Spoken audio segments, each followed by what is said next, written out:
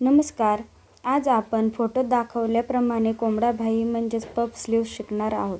सगळ्यात आधी मी अस्तर जे आहे ते मधोमध दुमडून घेतलेले आहे. ही बाही आपण डायरेक्ट अस्तरवरच कट करणार आहोत.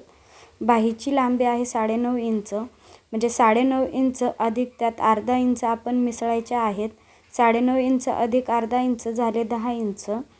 मग आपल्याला बाहीची पूर्ण लांबी आहे ती 10 इंच घ्यायची आहे. हे बघा, मी परत एकदा दाखवते. अस्तर मी कशा प्रकारे फोल्ड करून मापे कोणत्या साईडने घेत आहे.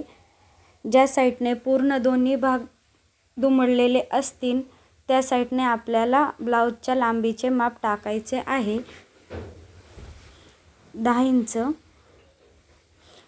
ब्लाऊजची छाती आहे 8 इंच, म्हणून मी उभे जे माप आहे ते 8 इंच घेतलेले आहे.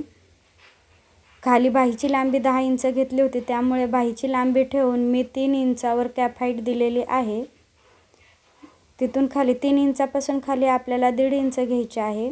आणि आपण बाहीचा आकार देतो त्याच प्रकारे आपल्याला बाहीचा आकार द्यायचा आहे. फक्त या बाहीला आपण जो आतून आकार देतो तो आकार द्यायचा नाही, वरचाच आकार देऊन घ्यायचा आहे.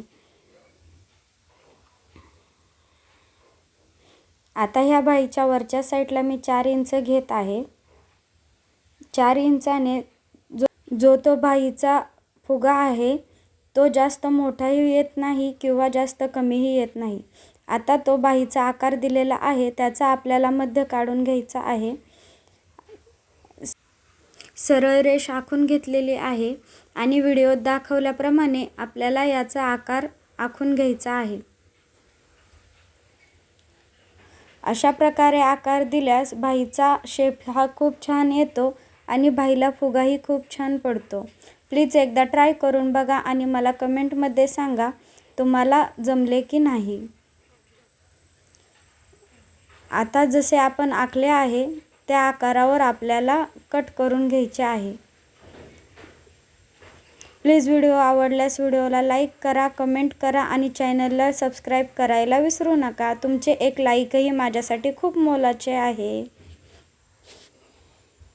अशा प्रकारे एकदा तरी स्लीव्ज कट करा, खूप छान बसते ती.